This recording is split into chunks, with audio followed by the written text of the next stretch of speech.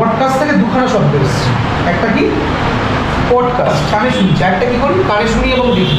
কার মাধ্যমে দেখি? টেলিভিশনের মাধ্যমে দেখি, সেটাকে আমরা কি বলি? টেলিকাস্ট। এবার ব্রডকাস্ট দু ধরনের হয়, কী হয়? লাইভ ব্রডকাস্ট বা রেকর্ডেড ব্রডকাস্ট। তার মানে ভেবে যায় পডকাস্টও দু ধরনের হয়, লাইভ ব্রডকাস্ট বা রেকর্ডেড পডকাস্ট। ধরো কোনো আমি গানের প্রোগ্রাম করছি, ওটা আগে থেকে আমরা কী করি? রেকর্ড করি, পরে রেডিওতে পরে চালালাম, সেটা তাদের কী হলো? Recorded podcast. সিমিলারলি টেলিকাস্টের ক্ষেত্রে কী হবে? সেটা রেকর্ডেড টেলিকাস্ট। ধর খেলা চলছে, রেডিওতে আমরা লাইভ তার স্কোর শুনছি, তার কমেন্ট্রি শুনছি, সেটা কী হবে? Live podcast. টেলিভিশনের ক্ষেত্রে কী হবে? Live telecast.